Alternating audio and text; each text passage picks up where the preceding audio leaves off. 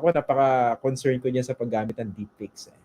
Ngayon kasi nakikita natin sa ibang bansa yan, miski dito sa Pilipinas. Ito lang imagine niyo kunwari ikaw tumatakbo sa pagkasenador, medyo mataas yung numero mo. Tapos yung kalaban mo, ang ginawa sa'yo, ginawan ka ng deepfakes na kunwari, meron kang isang private conversation with another man or a woman na napaka-sleazy, tapos nambabastos ka, tapos yung boses mo, kopyang-kopya, pero napakabastos yung discussion. Tapos ilabas yan, kunwari, i-leak. Marami nang maniniwala. Before you know it, kalat na siya. Tapos hahabulin mo pa lang after that. At sino ididemanda mo? Pati-trace mo ba siya agad dun sa kalaban mo? That's just one concrete example. Tapos yung AI na sinasabi natin, technically kasi, pag sinabi ng Comelec dito, iba yung paggamit ng AI sa mga campaign materials. So, wala pa tayo nakikita ng detalye. Imagine niyo lang, doon sa mga familiar gumamit ng Photoshop. AI generated yung yung paglinis ng photos. Meron mga options doon, di ba? Kunwari, si Ronald Llamas, gusto niyo mas pagwapuhin pa. Pero kung pipindutin, kikinis yung mukha Pwede siyang bumata ng 5 years di ba? AI yun, technically. Pati ba yun, bawal na. Isipan niyo mabuti. Kaya nga ito, very interesting itong discussion na ito. Kunwari ito, may tagihawat ako dito sa noo ngayon, Paano pag sa post-production or pag inedit itong photo na ito, wala na akong tagihawat, pre-edited ba yun? Tapos diba, meron tayong mga kandidato, napansin nyo ba? Nakakailang eleksyon na, hindi pa rin nagmamature yung mukha. Kasi example, huwag naman magagalit Sa Valenzuela, alam niyo po yung mukha ni hindi si Sherwin Gatchalian. Si Rex Gatchalian, nung huli siyang tumakbo sa pagkamero. Yung mukha niya, sobrang bata pa yata, parang 15 years ago Hindi nag-age, di ba? Tapos sino ba yung kandidato dyan sa yung nagpapalit lang ng sombrero. Di ba minsan construction, yung hard hat, minsan. Basta nagpapalit lang ng suot sa ulo. Ayan. Ayun. Sige. Usapan na natin itong ano bang susunod na pag-uusapan natin? Kanina, ang pinag-uusapan natin kanina ay AI tsaka deepfakes. Eksperto po yung kausap natin pagdating sa teknolohiya. Gagawin natin, kakausapin naman natin yung walang kaalam-alam pagdating sa teknolohiya. Zero. Hindi marunong magbukas ng laptop. Nakakagamit naman ng cellphone. Sa tingin ko, marunong mag-Viber. Pero that's just about it. Okay? Hindi pa ako lumalabas. Gulat na yung damit ko No? Meron ba ako sinabing hindi tama? Linawin lang po natin, hindi deepfake itong kaharap nyo ngayon. No? At itong bumbunan na ito, medyo tunay yan. No? Next time ay palalagyan ko po ng buhok. No? Oo. Ito nga, may isang niyayari ako dito. Dapat daw i-AI yung hairline ko. No? Hindi pa naman ako nakakalbo. Talagang ganyan ang hairline natin. No? Very interesting pala yung topic mo kanina. No? Kilig na kilig ako dahil 1 minute lang pala.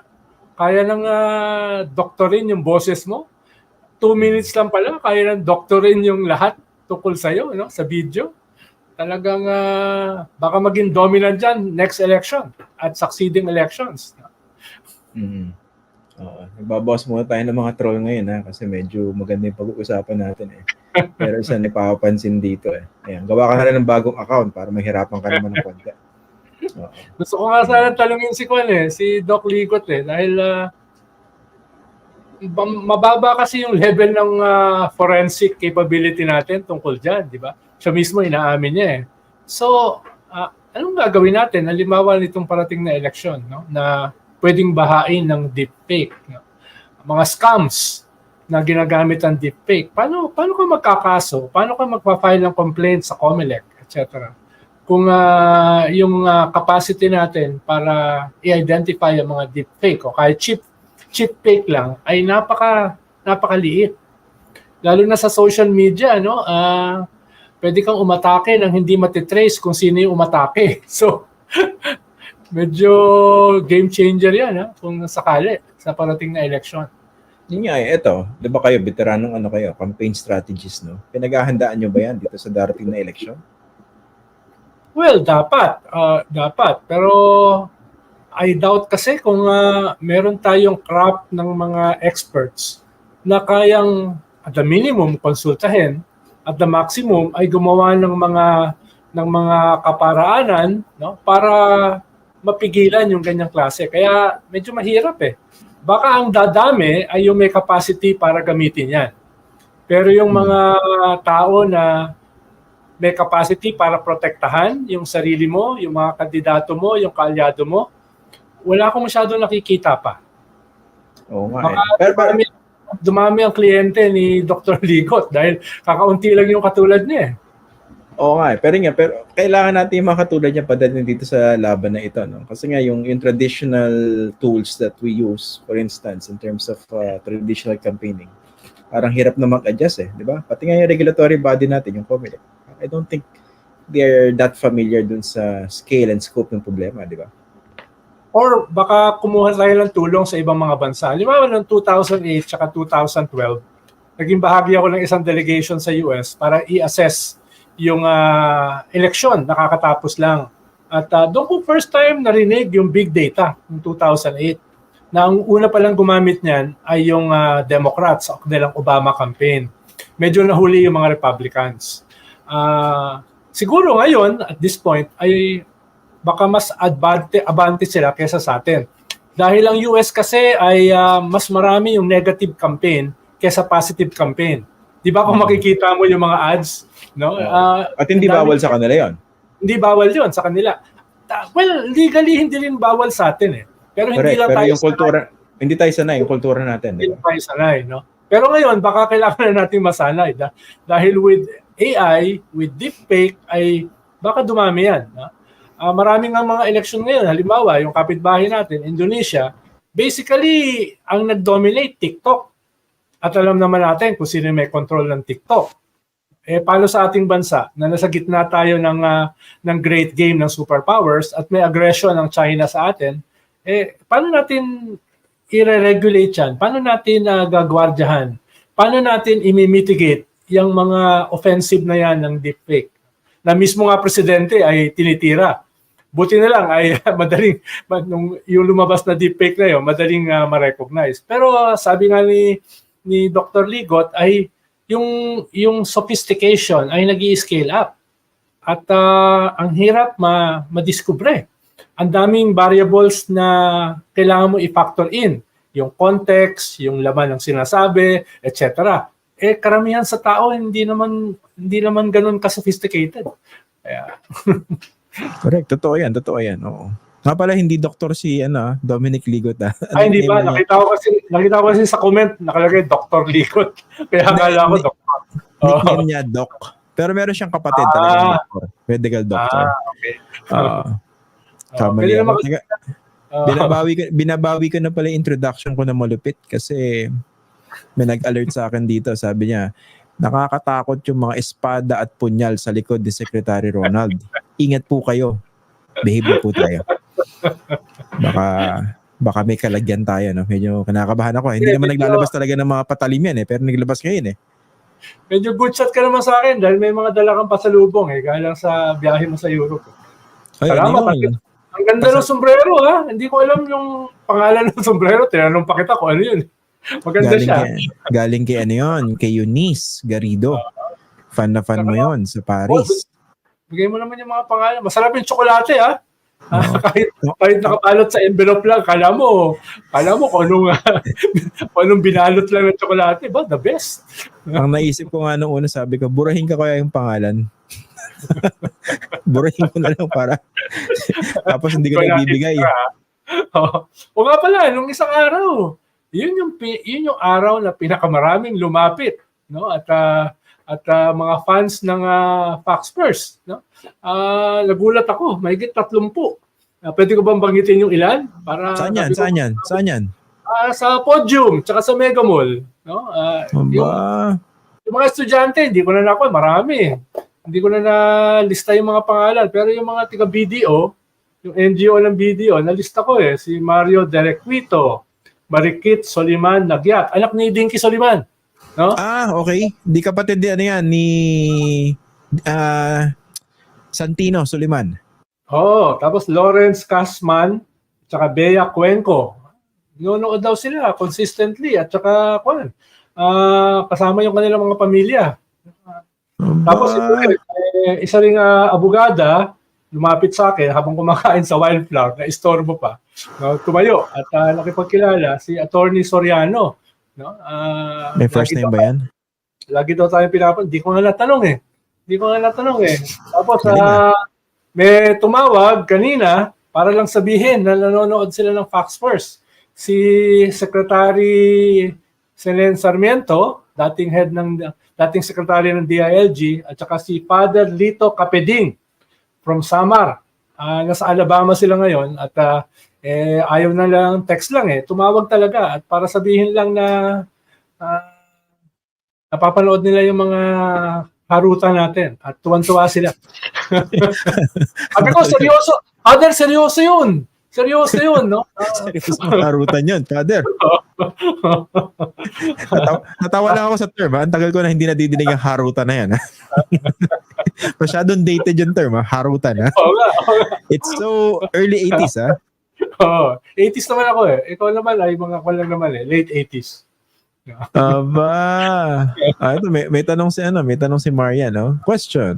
Gustuhin mo man o hindi, may influence ka sa viewers mo. May pressure ka bang nararamdaman?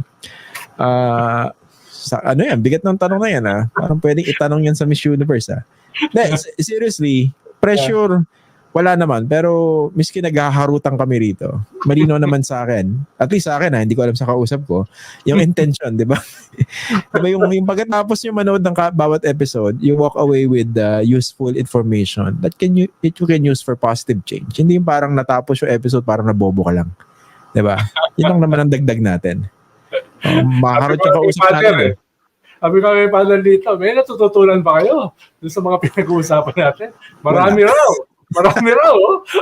At hindi lang yun, Habang natututo daw siya, ay natutuwa pa siya. Ibig sabihin yung mga panglalait mo sa akin, meron naman palang pakinabang. Mabanat lang ako kasi yung mga simula Hindi nyo kasi, nakikita nyo lang kasi yung nangyayari ngayon yung parang balik. Hindi niya nakakita yung pinagmulan kung paano ako winalanghia niyan episode dati. Grabe Ganon, nagtatanim. Tatanim ako Parang ka farmer Tatanim ka. Nilabasan ako ng mga espada Buti na lang ako, pinapagpag ko lang. Yung mga pinapagpag Pero ganyan din ang sinasabi ko pag may mga lumalapit Uy, nanonood kami, paborito namin si Seklama. Sabi ko, may napupura ba kayo sa pinag-uusapan? Puro kalokohan lang yun Meron naman daw kahit papano. So tatakbo na kayo, Senador? Yung mga estudyante nung 2 days ago, mga estudyante, tuwan-tuwa no, mga bata akala ko matatanda lang yung nanonood sa atin Dahil karamihan sa mga na-meet ko, di ba tayong dalawa na-meet natin, matanda? Doon sa, saan ba yun? Robinson. Kung baka matanda naman itong kausap ko. Hindi, di ba Lola yung lumapit sa atin, yung nagpa-picture. Diba? Lola na lang, medyo kung baka matanda naman Para kang bata natin Ito, nagulat ako, puro mga bata. Tapos nanonood daw sila, pamilya. Hindi yung sila-sila lang pamilya, kasama yung pamilya.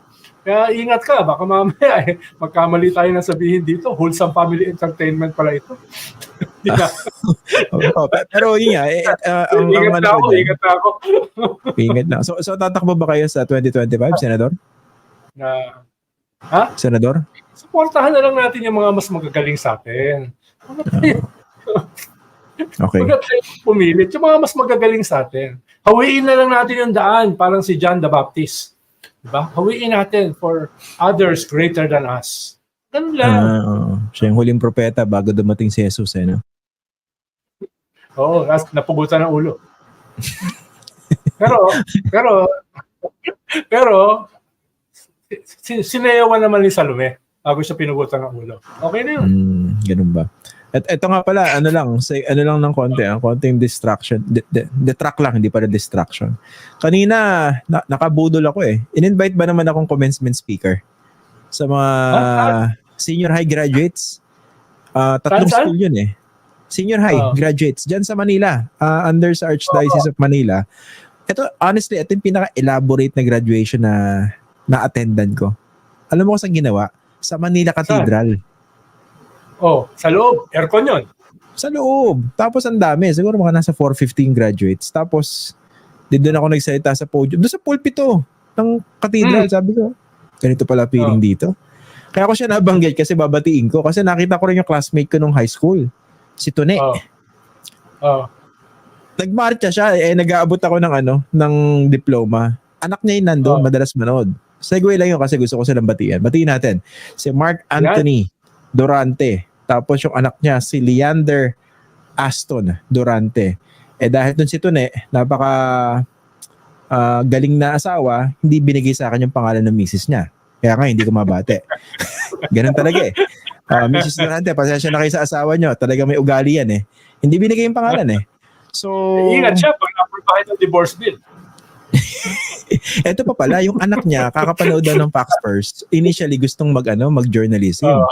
Pero dahil kinakausap ko yung mahilig sa mansanas, nasway. Nag-iba na. Magka-college na eh. Ang kukunin daw ngayon, Pol Sci. Pol Sci na. Ako pag-abogado yan. Pero hindi sa UST. Pol Sci sa PUP. Sabi ko, okay yun. Magaling din doon. Magaling ang Pol Sci dun sa Yung chancellor ng UP, si Fidel Nemenzo, nagturo doon for several years. PUP.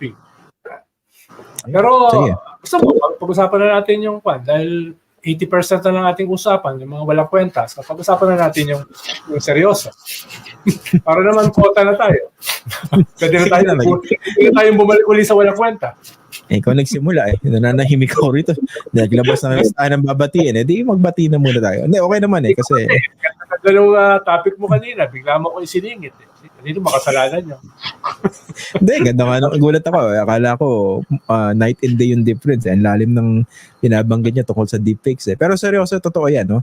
Di ba naalala mo yung case, you mentioned yung nangyari kay Senator De Lima, yung binaboy siya ng mga politiko ng panahon ni Duterte. Di ba naalala niya yung meron silang pinakalat na video, sex video di umano. Tapos, itong mga magagaling na congressman natin gusto pang i-play doon sa mismong House hearing.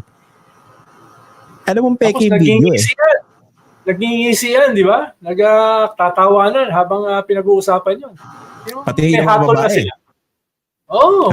Di ba? Mga walang hiya talaga. Ay, sorry. Ay, hindi. Bakit? Ano ba ibig sabihin ng walang hiya? Di ba shameless lang naman? Mali ba yun? Shameless. Sa bagay. Pero minsan kasi parang sa iba, parang mura yun. Hindi. Di ba ang translation nun, shameless or you have no shame? Masama ba yun? Yun. Pwede, sige. Binabawi ko na. Mga walang hiya talaga yung mga yun. Mga ugok na yun. Huwag naman dagdagan. Pinadagdagan. Sige, puntahan natin itong Ito rin yung actually yung topic natin. Ayan. Doon sa mga sinusundan yung nangyayari dyan sa Senado, yung dating Senate President, pinalitan na. Hindi na siya yung pinuno ng Senado, si Juan Miguel Zubiri. Ang pumalit po sa kanya ay si Francis Escudero. Ang tawag niyan, SP, Senate President. Pero, merong tinatawag na Solid 7. Ako honestly, I hate yung mga ganitong term. Yung mga, kalwari, yung laging 7. Yung ginagamitan ng term to refer to the numbers sa mga headlines. Diba? Pero anyway, gusto nyo gamitin yung Solid 7. Mga ganyan, di ba? Mga ganon. O kaya yung, yung panahon ni Gloria, yung Hyatt 10. Hyatt 10. Ganyan. Yung mga ganon. Medyo corny eh. Parang ito. Fox First 2. Yung Solid 7, ito yung mga senador na solid pa rin supposedly yung pagsuporta dito kay Juan Miguel Zubiri despite the change in leadership. Pero ang tanong natin dito, saan ba sila patungo? Sa tingin nyo, should they be part of the minority? Or iba kasi dynamic sa Senado? Ano nakikita nyo direction nila? Well, tama yung sabi mo. Mahirap yung mga ganyang klaseng mga tawag sa mga ganyang grupo. Halimbawa, yung Solid 7. Wala pang isang araw naging Solid 5 na. Dahil yung May dahil sumama yung sa party. dahil yung dalawa dyan, may sumama sa party di ba? So, ang hirap pag pinangalanan mo na kagad, yung pala, meron palang expiry date na 24 hours. No? Yung, yung pangalan. No? Pwede na mag-asterisk ka. Oo. Tapos, dahil hindi naman ideological ang mga unity natin sa ng ating mga politiko, ang hirap mag-create ng ganyang klaseng mga tawag, ng ganyang mga klaseng label, di ba? Kaya next time ingat na sila dahil baka pagtawanan lang sila. Yung solid 7 naging solid 5 at hindi ko nga sigurado baka solid 4 na, no? At dahil hindi naman yan ang basihan nila. At lalo na ngayon na hanggang ngayon mahigit 1 linggo na, hindi pa rin malinaw sa atin kung ano ba talaga ang pinag-awayan. No, ano ba talaga ang naging dahilan sa pagtanggal ng Senate President? Dahil nung nagtapos yung session, parang lamay, parang eulogy, puro papuri doon sa outgoing Senate President. No, lalo na yung mga bumoto laban sa kanya. So kung papanoorin mo yon yung last day ng session, parang bakit tinanggal? Ang galing-galing pala ng Senate President na yon. Bakit tinanggal? Puro papuri. No? Tapos yung nung mga ilang minuto pagkatapos siyang tanggalin, lahat parang lahat BFF, lahat nagyayakapan. So, hindi mo maunawaan ano bang nangyari. No? At least yung lumang kongreso before martial law, away talaga. Walang pansinan, no? Habang buhay, di ba? Parang dito, pag pinag-awayan, mansanas, habang buhay yun. Hindi po habang buhay na manunumbat yan. Oo, talagang may lamat na yon na malalim. No? Pero dito, hindi malinaw. Kaya, pag sinabi mong solid 7, ibig sabihin yan ay away talaga, kalaban ng 15. Bukas makalawa, baka bati-bati na yan Dahil hindi nga malinaw kung ano pinag-awayan. Tapos wala namang mga programa, prinsipyo, ideolohiya na naging batayan ng pagsasama, minority o majority. Kaya they will eventually find their way home if they ever really left. Kaya at yung tanong mo kanina, sila ba ay may kinabukasan sa minority?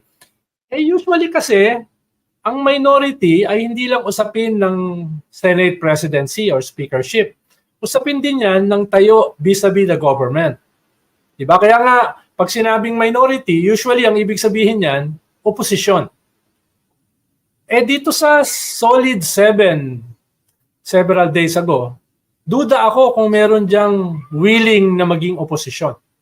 Pupusta ako, wala. Kaya, may ano sila dyan, meron silang nuancing dyan, yung favorite word ko, no? Alam niyo ginagamit nila lagi, hindi kami necessarily magiging opposition, pero magiging fiscalizer. Meron pa silang overused word, no? Kung tao lang itong word na ito, yung independence, sasabihin niya sa inyo, ako na naman ang ginagamit nyo. Ako na naman yung palusot nyo. Independence, diba? Sasabihin naman ni fiscalizer, ako nga ginagamit din nila ngayon na dahilan, diba? Yan ang mga palusot, diba? Ang problema, pag majority kasi, pwede ka maging head ng committee. Pwede ka maging chairman ng committee.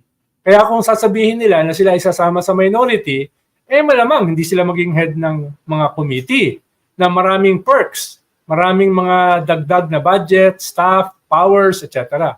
So, sasama ba sila sa minority at hindi sila magiging head o chairman ng mga committees minus with all the other perks?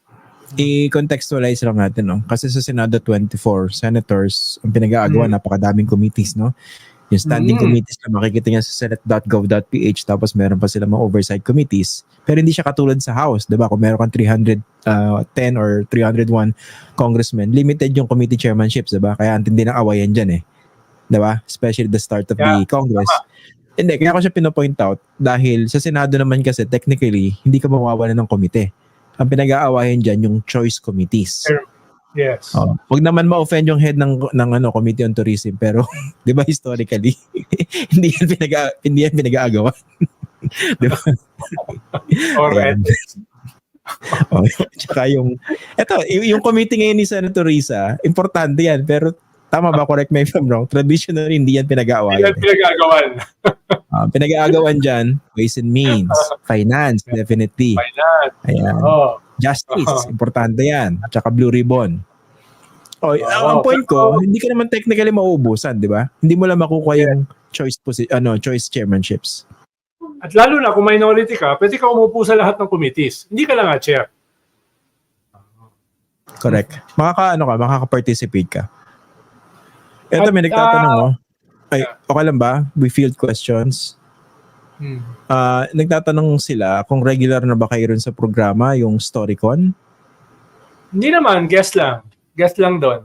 Minsan lang, minsan na madalas, halimbawa, si Ed Lingao, may sakit ng buong linggo, so tinutulungan yung kaibigan. Pero practically, wala ako. Ba't naman isang linggo? Parang ang tagal ng sakit na yun. Hindi ba nag-inuman kayo tapos nilagyan mo yung iniinom niya para magkasakit siya? Oo nga, hanggang ngayon sa hospital pa rin. Pero huwag mo na sabihin kung anong ginawa ko. Hindi naman sa nagdududa ko. Para lang may nangyari. Para lang ganun. Para may nilagay sa iniinom, no? Aminin mo na. Nagdududa ka. Hindi naman. Parang medyo posible lang. Yun lang. Yun. Hindi ako doon. Ako regular doon. Lang. Bisita lang. Guess. Bisita lang. Ito may follow-up question. Parang dito sa Fox First. Minsan guess. Ito may follow-up question. Kasi unang tanong, regular na raw ba kayo sa Storycon? May follow-up question.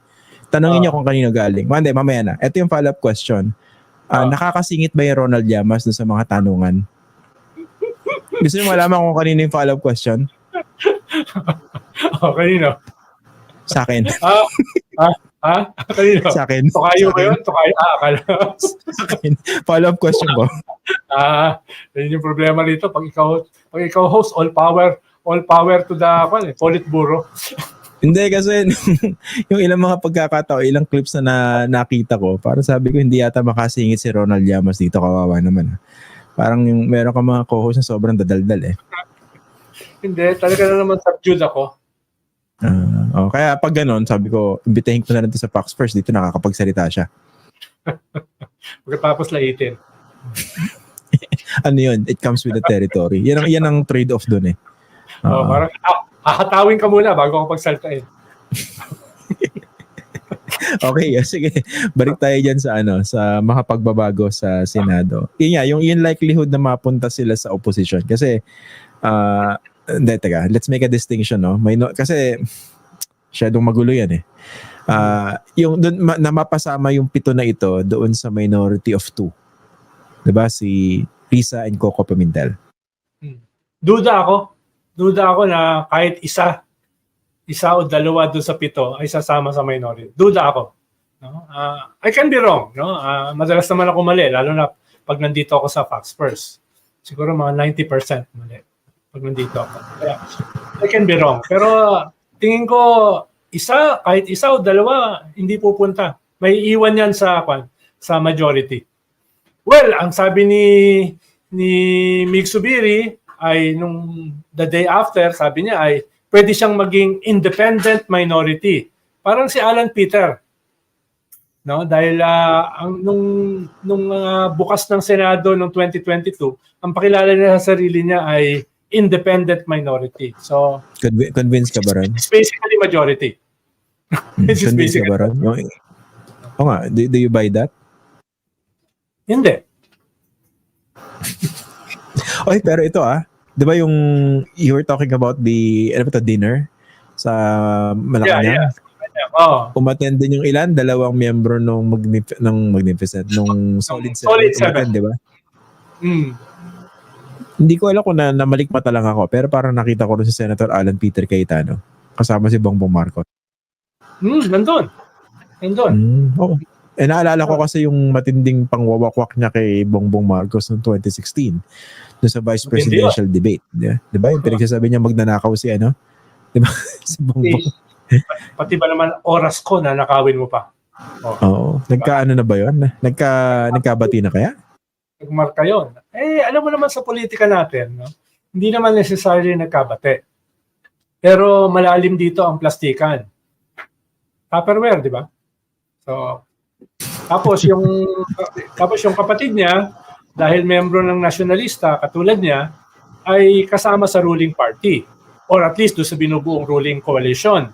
So magne-negotiate yan ng magiging bahagi ng senatorial slate. At baka yung nasyonalista ang pinakamaraming i-negotiate doon sa slate. Paano ang lakas NUCD kasi nakasama rin sa ruling coalition, baka isa, dalawa yung i-negotiate. No? Baka si Bong Revilla at saka si Secretary Abalos. Yung NPC, baka ganun din, 1 or 2. Si Tito Soto, plus 1 more. Although si Tito Soto ay meron siyang hinahatak, yung macho group na tawag, para i-negotiate dun sa ruling coalition. Si Lito Lapid, si Ping Lacson, at saka si Gringo Honasan. No? Tapos si Manny Pacquiao ay may sariling partido yan, yung PDP Laban, na nakakaso pa sa Supreme Court. Yan, halos sigurado rin yan, napapasok. Ang pinakamaraming ine-negotiate yung Nationalista Party, baka 4. Pero alam naman natin na yung mga ine-negotiate nila ay hindi talaga supportive sa gobyerno. Ang dating nga nila ay very critical sa mga policies ng gobyerno. Halimbawa si Presidential Sister, si Amy Marcos.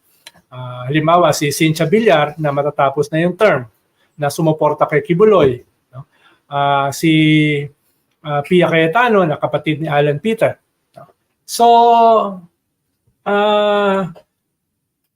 yan yung magiging latag dito sa parating na midterm. Kaya, mo, yung mga bumoto laban kay Zubiri dun sa nakaraang kudeta sa Senado, lahat ng re-electionists ay bumoto laban kay Zubiri.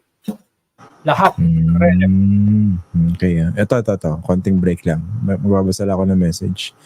Sabi ni Alan Herman, mga espada ang nasa background ni Senator Llamas. Pero kapag nag-pan right yung camera, mga AK-47 ang nakahilera.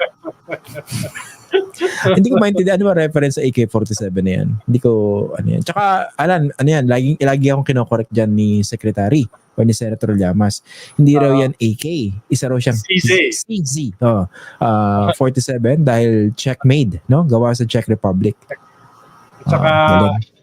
Tsaka mas compact kaysa AK. Pero yung pa niya, yung system is AK. Yung bala is AK. Pero yung barrel ay AK. Ito. Si Kelsey Ildefonso sabi niya, ha. Akala ko ako lang nakapansin. Totoo, di makasingit si Sir Ronald. Ha. Ano ba yan? Sa Fox First o sa ibang palabas? Isa story ko. Ako dito. Ako nga hindi makasingit dito. Ito. Para mas awkward. Sabi ni Milva Ilumin, totoo yung sinabi mo, Christian. Hindi nakakasingit si Sir Ronald. Siya pa naman ang gusto ko lang to. Sabihin ng mga taga TV5. Pati ba naman kami nawakwak siya sa programa niya. Collegial yun eh. Ibig sabihin, bigayan. No? Bigayan. Pasensya na po. Prangka lang tayo rito. Ay nakikita natin eh. Pagka isusuwa mo yung oras na nagsalita ka, halos pare-pareho naman. Ganun ba? O sige, i-content analyze natin in the coming weeks. No? Tignan natin yung ilang beses ba nakapagsalita si Llamas doon sa buong programa. Awkward. Saka bisita lang naman ako ron. And then minsan kasi parang 'di ba pag nagtatanong ka meron siyang train of thought eh, 'di ba? Meron siyang tumbok eh. Pero minsan hindi umaabot na sa destination eh kasi bigla may sisipin. Naiiba yung topic eh. Parang masaya ka. Hindi ako masaya. Natatawa lang ako pero hindi ako masaya.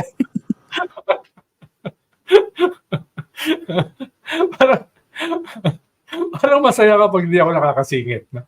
Hindi. Naawa nga ako kasi sabi ko, ang ganda-ganda ng linya ng pagtatanong eh. Pero biglang inaabangan mo yung sagot. Teka, sumingit na naman. Ano ba? Ganyan eh, di ba? Oo. Dadami lalo kaaway natin. Walang ganyan. Sabi ni Donsky, parang joke na hindi umabot sa punchline niya. Nakaabang na yung mga taong ka. Okay. Walang ganyan.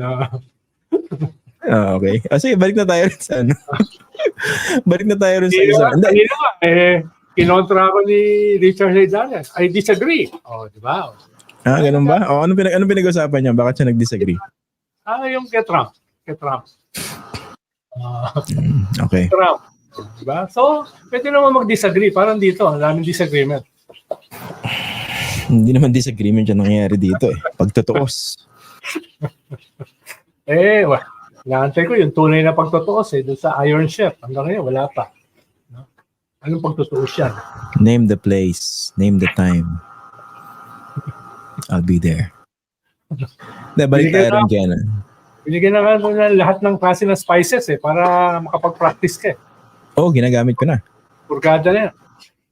Ginagamit. Niregaluhan ako ni Senator Llamas ng spices. Kompleto. Yung umiikot. Yung mga... Ang wala lang doon yung ano ba yung world's most expensive spice? Yung nilalagay sa paella. Saffron. Sabi ko, naglagay ng saffron dito. Ayun ba yung most expensive? Saffron, ang pinakamahal. Nung pumunta ako sa Iran dati, dami nun nakatambak Saffron, nakatambak sa palengke. Yun ang pinakamahal na spice in the world. Kulay orange. Yung kulay atsuete. Yung malahibla. Ginagamit yan sa paella. Tapos diba yung paella, nilalagyan mo ng sokarat yun Kung alam ko, kumuha sana ako Akala ko, nandun lang, may isang bundok Isang bundok lang nakalagay, saffron. Akala okay ko na yun. Akala ko una yung saffron, damit. Okay na ako ron. Okay na ako ron sa puro kwento. Sanay na ako dun Puro kwento. Ito. May nag-message atin, si Michael Flores. Miyembro ng FOCAP to. Sabi niya, team live ako ngayon, boss. Nakikinig habang nagmo-monitor kay Presidente sa Shangri-La Dialogue. Pag-uusapan natin yan, Grabe, sinasabi ng ang press release nila dyan, historic daw yung pagsasalita as keynote speaker ni mahal na Pangulong Bongbong Marcos dyan sa Shangri-La Dialogue. Mamaya natin pag-usapan yan, Gusto ko lang tapusin yung diskusyon natin na nabitin dahil marami nag-agree sa akin na hindi daw kayo makasingit doon sa isang programa nyo. Hindi yung kay Senator Cayetano, Para lumalabas ba nito?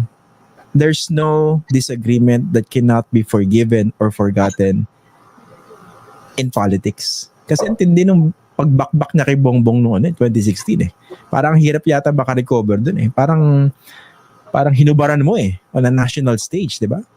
Sinabihan mo na magnanakaw. Tapos ngayon nandun ka sa gathering with the president. Di ba? For a time, tumahimik siya. Di ba? Naglaylo siya. Well, basically, tingin ko sa Philippine politics ay totoo yung sinasabi mo. Na walang permanent friends, walang permanent enemies, kung hindi yung classic permanent interest. Pero tingin ko yung kay Alan Peter tsaka kay BBM ay hindi pa yan ayos. Doon pupusta ako. Kahit may mga ganyang picture taking sa Malacanang, kahit may mga kamayan, ako, sabihin ko sana marites pero yung aking profiling dun sa presidente ay hindi pa yan ayos. At halos sigurado ko, may ginagawa yung presidente tungkol dyan. Care to elaborate? Cryptic parang malalim yan. Cryptic Ibig sabihin, kung halimbawa, magkakaroon ng kalaban ng mga Cayetano sa Taguig, halos sigurado ko, susuportahan ng presidente yung kalaban nila. Kaya ba matinag yung mga Cayetano sa Taguig? Hindi. May hirapan. Appeal yun. Pero ang sinasabi ko lang ay yung presidente ay hindi pa naghilom yung sugat. Kahit may ganyang klaseng mga plastikan. Grabe naman, plastikan yung tawag. Hindi naman ganun. Sige, may ganyang klaseng Tupperware.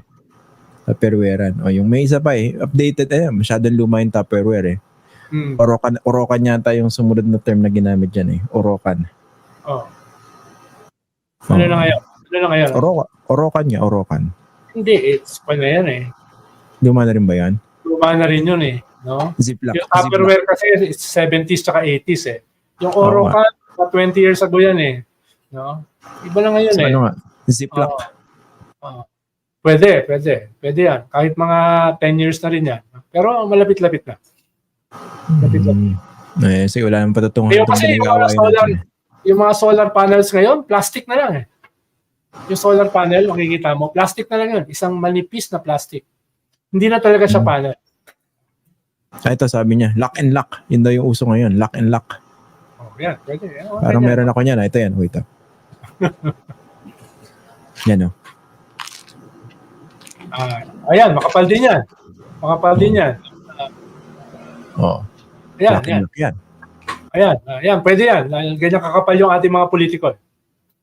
Tsaka yung pagpa-plastic, ano yan, talaga merong lock yan eh. Di ba? Yung pag nag-commit ka sa plastikan, talagang committed ka ron, nakalock yun. Kita mo, naano pa natin. Kaya nga, sige, pag-usapan natin Shangri-La Dialogue. No? It's a security forum.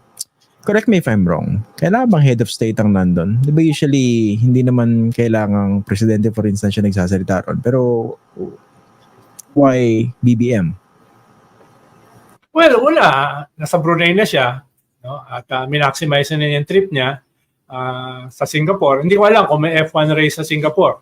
Dahil usually, dyan ginagawa yon, yung pinakamalapit dito. Pero parang wala naman. At ikalawa, gusto rin niya ma-meet yung bagong Prime Minister ng Singapore. Yung pumalit kay Lee Hsien Loong. Pumalit kay Lee Hsien Loong. At nandyan yung mga defense officials ng Amerika.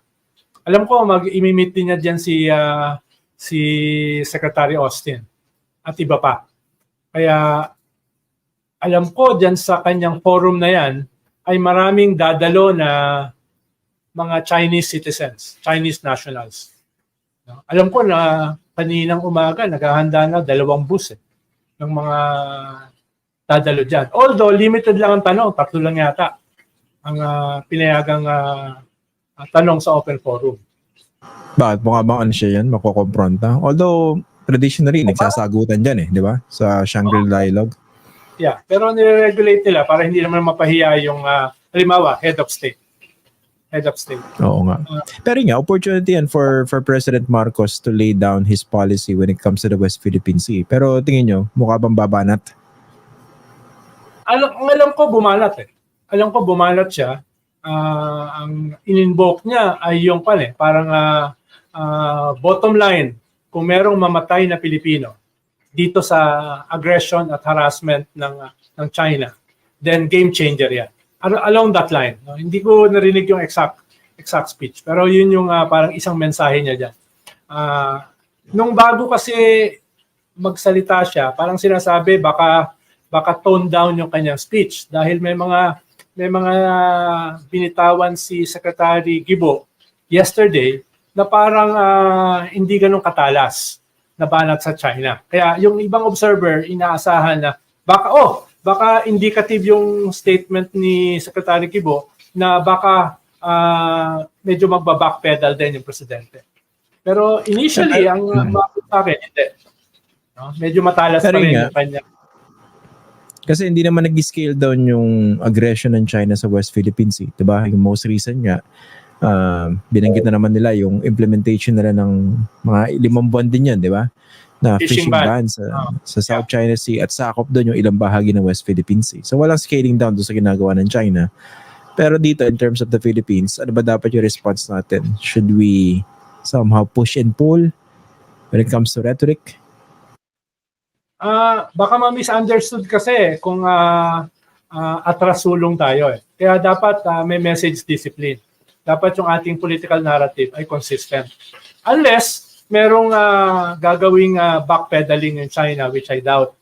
Pero itong usapin kasi ng 5-month ban o 4-month ban ay strictly hindi pa talaga yan scaling up. Ang scaling up ay yung kanyang statement ng Foreign Ministry na huhulihin yung mga trespassers dito sa teritoryo, which is Ayungin at saka yung Scarborough, yung teritoryo ng China na kiniklaim nila. Yan yung scaling up. Itong fishing ban, ginagawa nila yan every year. yung 4 to 5 months na fishing ban. Medyo hindi lang nga maganda dahil tayo yung may ban, sila wala. No? Pero regular nilang ginagawa yan, especially sa panahon na ito na papasok ng typhoon season. No? Dahil mismo sila, babawasan nila yung mga vessels nila dyan. Ito, napakabait talaga ni Michael Flores, no? One of our best young journalists out there, no? Shout out sa iyo, Michael. Pinagtsatsagaan niya tong usapan natin eh. Hindi ko alam ano napapala niya rito eh. Baka naboborto sa pagko-cover ng Shangri-La Dialogue eh. Nagpadala siya ng mga quotes, oh. Sabi niya, may banat, boss. Padala ko sa iyo mga key quotes. Yan, ganyan pag reporter, no? Pili na yung quotes. Hindi kaya ng mga vlogger yan. Sabi niya, ito yung quoting President Marcos. Our efforts stand in stark contrast to assertive actions that aim to propagate excessive and baseless claims through force, intimidation, and deception. Ray, sa Pulka, China. In the West Philippine Sea, we are on the front lines of efforts to assert the integrity of UNCLOS as the constitution of the oceans. The strategic competition between China and the United States is permeating the evolving regional landscape. Their rivalry is constraining the strategic choices of regional states. Their contest is exacerbating flashpoints and has created new security dilemmas. Maganda yan, ha? Mukhang ano yan, ha? Kinakikitaan natin yan na independence, pagtindig, na hindi to pagsandal sa Amerika o pagbanat sa China. Tapos ito yung huli, no? China's determining influence over the security situation and the economic evolution of this region is permanent. At the same time, the destabilizing presence of America is crucial to regional peace. It is never a choice. Both countries are important. Ayun, no? Atindi ng balancing act ni BBM dito. The continued stability of this region requires China and the United States to manage their rivalry in a responsible manner. Saan ka pa? Yeah. Pero sinabi rin niya, the willful killing of a Filipino serviceman or even a civilian is already very close to an act of war. It is crossing the Rubicon. Yan ang quotable quote. It is crossing the Rubicon. Tapos merong, sabi ko nga sa iyo kanina, merong mga Chinese citizens at hindi lang Chinese citizens. People's Liberation Army na nandun sa audience. At isa yung nagtanong. Pero hindi lumabas. Hindi malinaw eh. Basta may nagtanong daw tapos kinat na yung coverage. Pero nagpakilala siya as a People's Liberation Army officer. Yung nagtanong. Ano kaya ang comment na? Yung sinasabi ko sa iyo kanina na bus yung pumunta ron from China at saka may mga PLA. Totoo. Baka kasi sabihin mo, nambobola lang ako, nabubudo lang ito. Ano ko sinabing gano'n? Napaka-defensive naman. Okay, may nakita akong pabol. Wala yan, naka-approve nga tayo. Hindi, ang curious ako, ano kaya sasabihin ni Duterte rito? Kasi minsan hindi niya naman kailangan mag-comment, nagko-comment siya, di ba? Binabanatan yung bumabanat sa China. Imbis na banatan yung China, di ba? Pero at least si Sara, no-comment lang. O nga pala, binabati natin ng Vice Presidente. Maligayang kaarawan ngayon. Happy birthday po, mahal na Vice Presidente. Doon nga sa show ni Amy Marcos sa TV5 andun siya no? Binati siya ng happy birthday. Tapos tinanong siya kung anong pakiramdam niya doon sa mga bati ko sa kanya. Sabi niya, manhid na siya. Manhid na raw siya. Ano bang, Senator Llamas, ano po ba ang inyong birthday wish para kay Vice President Sara Duterte? No comment. Ako. Ask me. Okay ho. Senator Christian Esguerra, ano bang inyong bate kay Vice President Sara Duterte sa kanyang masayang kaarawan? Unang-una, bagal ng pagtatanong kaya nasisingitan eh.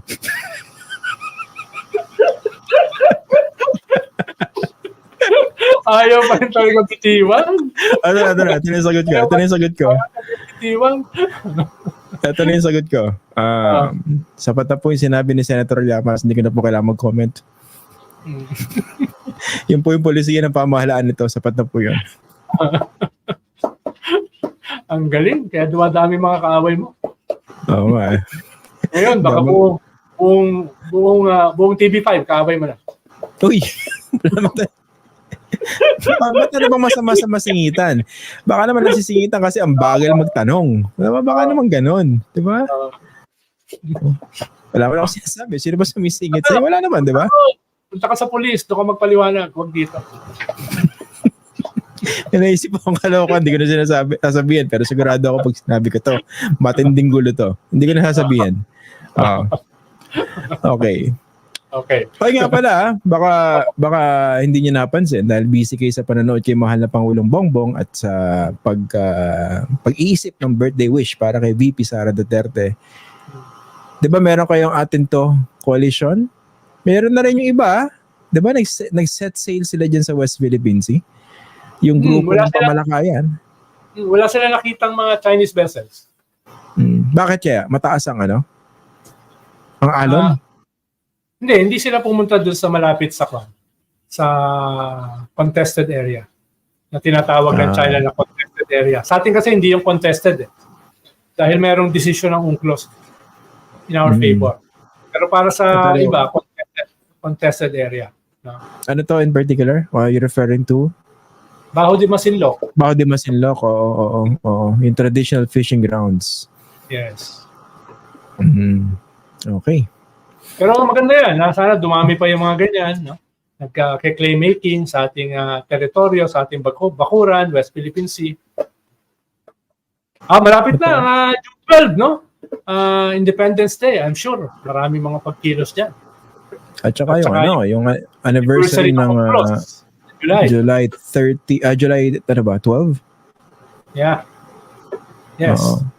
Tapos anniversary ng Chinamen next month. Chinamen Massacre. Chinamen Massacre, no? Celebrate kami niyan last year pati yung mga media nakalimutan na yung Chinamen talaga? May mga nagtatanong, ano yung sineselebrate nyo? Meron pong iconic photo yun Di ba naalala yung iconic photo? Hindi siya... ang ginawa namin, gumawa kami ng facsimile ng isang tangke. Tapos sa harap niya, si Tankman. Humarang. Yung naka-shirt na may dalang plastic na parang grocery. Tapos nakikipagpatintero nakikipagpatintero sa Yun yung gimmick ng anniversary last year. Tapos may malaking streamer sa likod. No? Celebration ng Chinamen Massacre. Meron dalawang media na baka na-train mo. No? Tinanong ko ano yung Chinamen. Ano ba akala? Restaurant sa Binondo? Pero totoo yan dahil 89 nangyari yan So medyo matagal na kaya marami na nakalimot. 35 years. Pero ang laki kasi nung democratic sweep in many parts of the world thereabouts, di ba? Nandun solidarity movement sa Poland, tapos sa Pilipinas, yung si Lech Wałęsa. People power, no? EDSA People Power. Parang ano yan mas matagal na Arab Spring, di ba? Kasi Arab Spring sandali lang Tsaka hindi talaga nakuha yung desired outcome di ba? In the region. Ayan. Pero nakakalungkot lang na nagkalimutan. Pero magugulat ka pa ba nakalimutan na nga natin yung pinatalsik ng 86 di ba? Tama. Boom. Naalala pa yun. Buti na lang yung host farmer, hindi nakakalimot. Tatanim tayo. Supreme Court decision dyan, 2003. Hindi man ako sumulat nun Pero binasa naman ng mga tao, malinaw naman din yung decision Tapos meron namang class action suit na napanalunan sa Korte sa Hawaii. Kaya hinahanap para mapondohan yun Ilan ba yung mga nanalo ron? Nasa 11,000, di ba? Alam ni Eta Rosales yan Akala ko nga yung topic mo ngayon ay yung kaso sa Supreme Court. Labang kay Vice President Sara. Akala ko talaga magre-rain ka on her party Ay, hindi. Birthday niya Hindi, ang totoong dahilan, hindi pwede si Barry Gutierrez. Okay.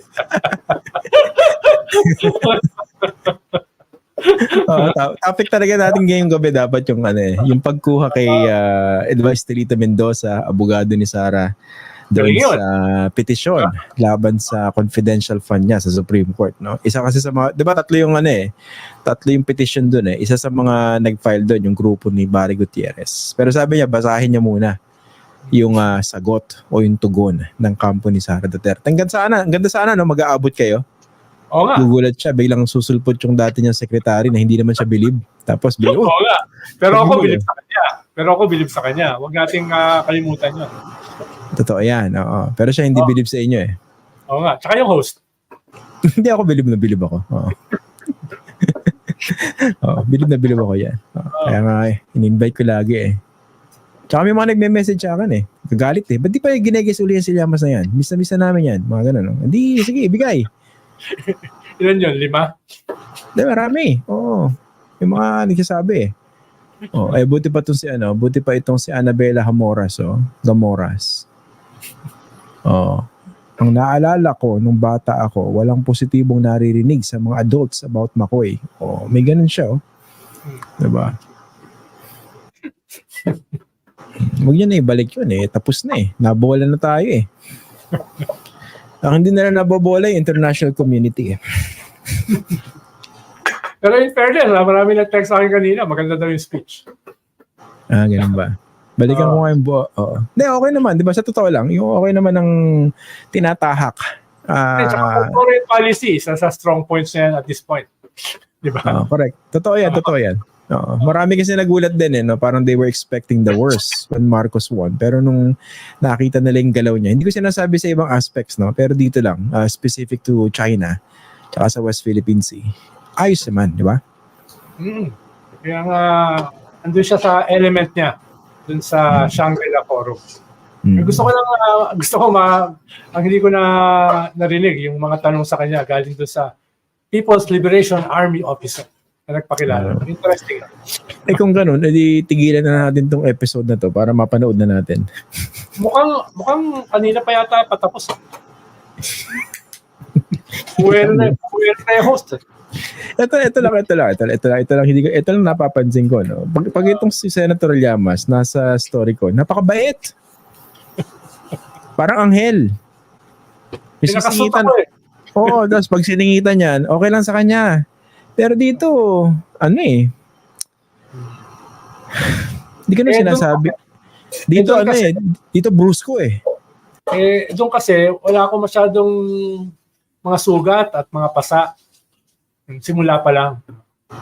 Dito galit eh. Kaya paano ko ron? Medyo subdued at saka Tagalang-galang. Circumspect. Ayun. Ito yung term tama si Celestial eh. Hostile. Ayun, may tama na nga ako rito sa may tama yan eh. Ayun. Napaka-hostile ng host dito eh. Ano magagawa ko? So, talagang napaka-taas ng aking ng aking emosyon eh. Talagang Paano ba nag-invite ako? Pinaprep na yung sarili. Kalma lang. Oo. Dito eh. Dapat mag-BP check. Sa story ko, mabait ang mga kasama ko ron eh. Singitan ka naman. Ay.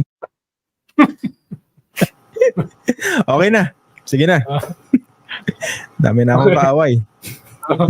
Okay, sige. Magandang gabi. Salamat gabi po.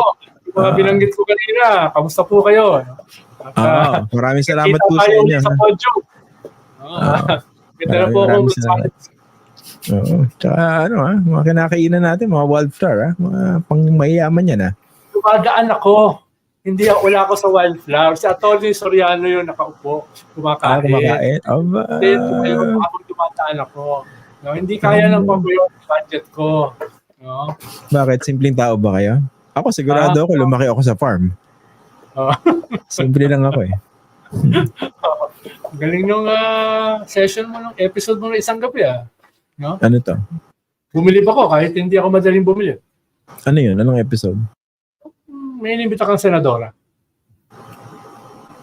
Kahapon yun. Ayan. Sino? Sinong senadora yan? Senator Hontiveros. Anong first name niya? Senator Risa Hontiveros. Bakit kayo nabilib? Ang galing nung host at saka nung guest. Anong magaling doon sa guest? Hindi katulad dito na yung host lang ang magaling. Hindi. Nilait kagad yung guest. Paano pa ihirit? Simula pa lang Sige, nagbukas ang patapos na to pero binuksan uli. Anyway, sige. Okay na. Anong nagustuhan niyo rin sa ating panayam kay Senator Risa Ontiveros? Very logical, very eloquent, no? Yung paliwanag. Paano daming mga hirit ng mga ibang mga tao na xenophobic, may mga hirit na pasikot-sikot, no? Hindi naman totoo yun. At dun sa episode nyo, nasagot lahat yun. Walang kulang. Sabi ni Eden Olonan. Ahem. Okay na, kanina ka pa nagpaalam Ha? Ito, basa lang konting comments. Ang ganda raw ni Senator Risa. You agree? Oo. Lahat naman nag-agree ron. Ayan, sige. Hindi katulad dito, tanggalin mo na yung salamin mo. Ang dami mong lahit na inaabot. Hindi ako nagsabi noon. May nanonood kasi nagalit. Nag-agree ka Hindi ako. Tatawa lang ako. Hindi mo naman galit. Tumang-ayaw ka Sabi ni Girlie. Hindi ka naman tumutol. Nagkaroon ako ng laughing fit. Tao lang tayo. Nagkakamali rin. Ito sabi ni Girlie. Behave si Sir Christian kagabi sa panayam kay Senator Risa. Buti pa ron. Ay, ganun talaga. Pagkagalang-galang yung kausap natin. Buti pa ron. Dito, hindi pa lumalabas. Hindi ka pa lumalabas Ang dami ng banat. Ito, nagugulat ako sa mga comments parang malalalim to. Sabi ni Menchi Mizuno, Nax!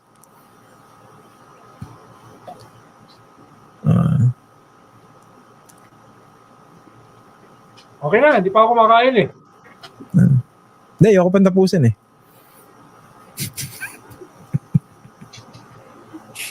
Tara, titigil lang tayo rito. Kaya ko yan. Ito yung online version ng filibustering na wala kang sinasabi. O-game.